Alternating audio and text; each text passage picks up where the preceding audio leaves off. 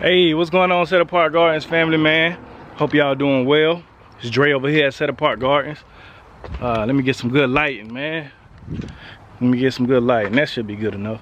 Anyways, I'm just coming to y'all, man, with a word of the day.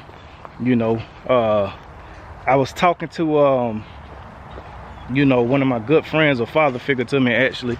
First off, built a new dog kennel for Luna. She is pregnant. She is due in 2 days. So, be on the lookout for puppies, man. Got puppies coming in, finna drop rather. So I'm about to have another litter, go through that whole rigmarole again.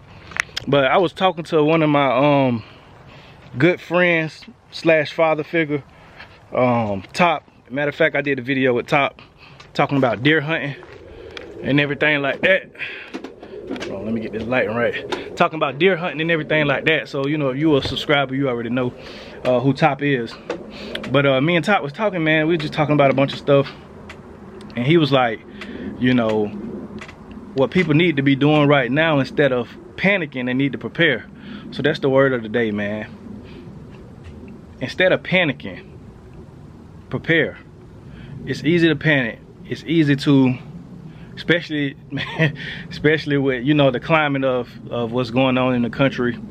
You know, a lot of people are worried, anxious about the unknown. There's always that fear of the unknown.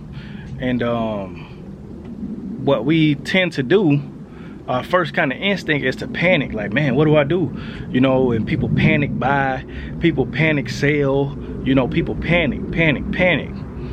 And I'm not condemning anybody that does that, because we've all been there. We all are humans. We all feel emotions.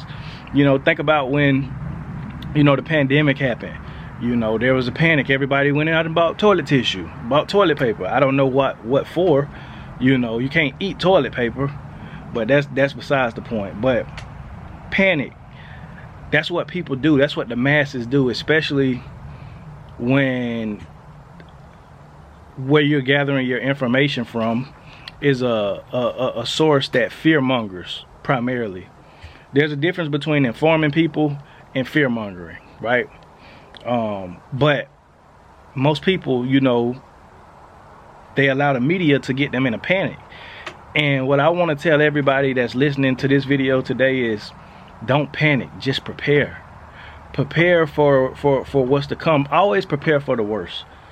And that can be hard for us humans to do, especially living in a country like America, where, you know, we are used to luxuries other people in the world aren't. Say a person living in a third world country that has to walk a mile or at least a mile to go and get drinkable water and bring it back to their village, and, you know, they got to make their fire. They don't have stoves. They can't just flip on a light switch and stuff like that. So they don't usually get complacent like we do.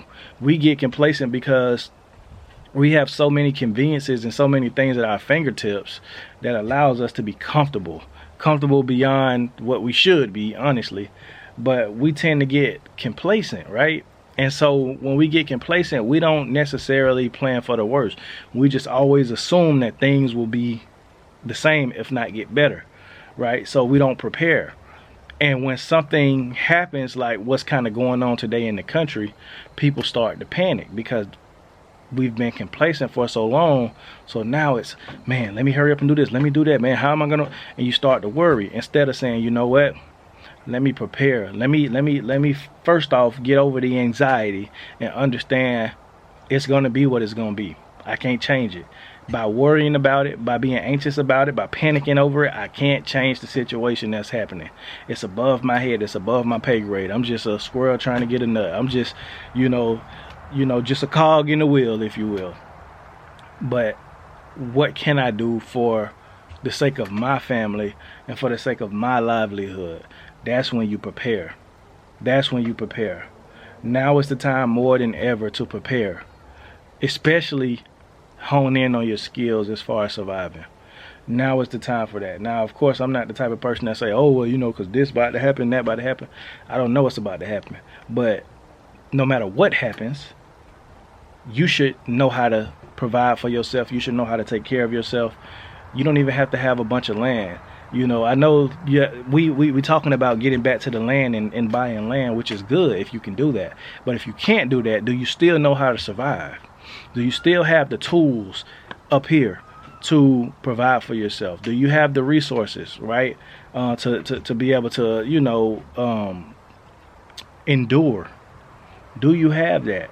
That's what you need to be focused on. Focus on, man, you know, what books should I be buying right now so I can learn different things as far as, you know, how to harvest rainwater, or how to dig a well, or, you know, how to build a root cellar, how to raise chickens, how to raise turkeys, how to build structures, how to do this, how to do that, how to butcher meat.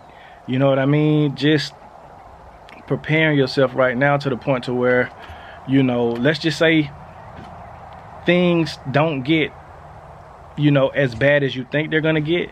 Those skills are still essential to your livelihood going forward, because now you can save money on certain things.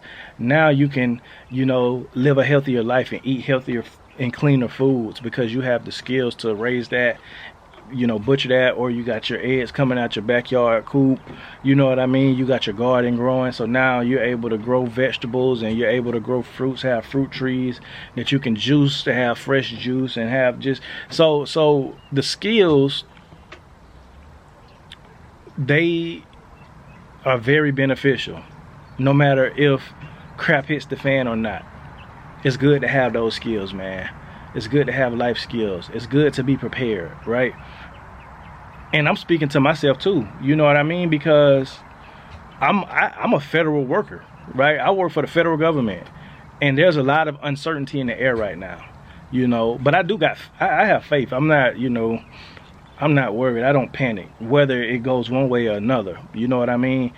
I'm not worried because I know who my provider is. I know the Most High is my provider.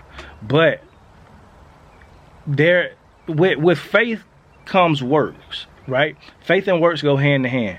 You don't have faith without works. Just like works without faith, it's meaningless. You're just working for whoever, right? You're just doing what you can, and there's no faith behind it, right? So faith and works go hand in hand, especially when you're talking about serving the Most High God of the Bible, right? So in addition to me, you know, not being worried and having faith in the Most High, I'm also doing things to prepare myself for the unfortunate event of, you know, potential job loss.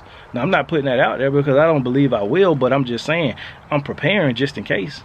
And that brings me to, as far as talking about new content that's to come. I got a video that's about to drop probably within a day or two, about within the time frame this video drops, if not before. But I got a, you know, video as far as, you know, me butchering a goat, you know, and you know, somebody, you know, wanted some meat, so you know, they wanted me to butcher a goat. They wanted to see how it was done and everything like that, so I did it for them. Actually, my cousin, you know. But I got content to come, man, you know, and really just using my platform as a platform of helping people prepare, and helping people be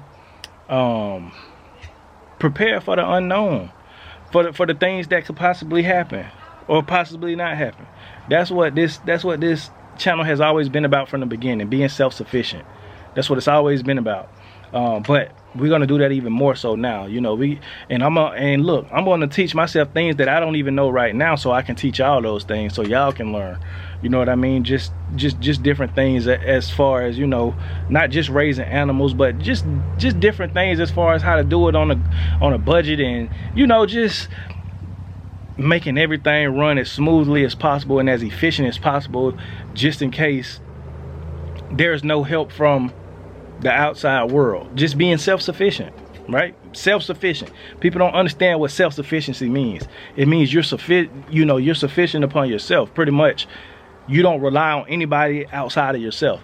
That's a hard thing to do, especially in a country where everything is literally so convenient and given to you almost. I ain't gonna say given to you, but it's just so convenient where, you know, there's a lot of different things and stressors that you don't have to worry about. That could be hard. But yeah, just focused on self-sufficiency, man, and focused on, you know, how to add value, you know what I mean, and teach people how to prepare. But I just wanted to come to y'all and let y'all know and give y'all some encouragement. Don't panic, prepare. But remember who is your provider. You know what I mean? Now is the time to tap into your faith, right? One thing that we have to get out of, especially going forward, let's just say everything goes back to normal, right? There's no such thing as normal. It ain't been for a while. But let's just say everything goes back to normal. You still need to always be prepared in your mind. You never need to get complacent. You always need to be prepared in your mind for what's to come. So with that, man, that's all I wanted to say to y'all, man. Shout out to Top, man. He inspired me with this word, man, so I wanted to bring it to y'all. But like I always like to say, if you get somebody the power to feed you, you give them the power to start you. Peace. Bombs over Baghdad really ain't that bad. Little wiretap, yes, yes. Little dodge in the IRS. Little haven from the tax man.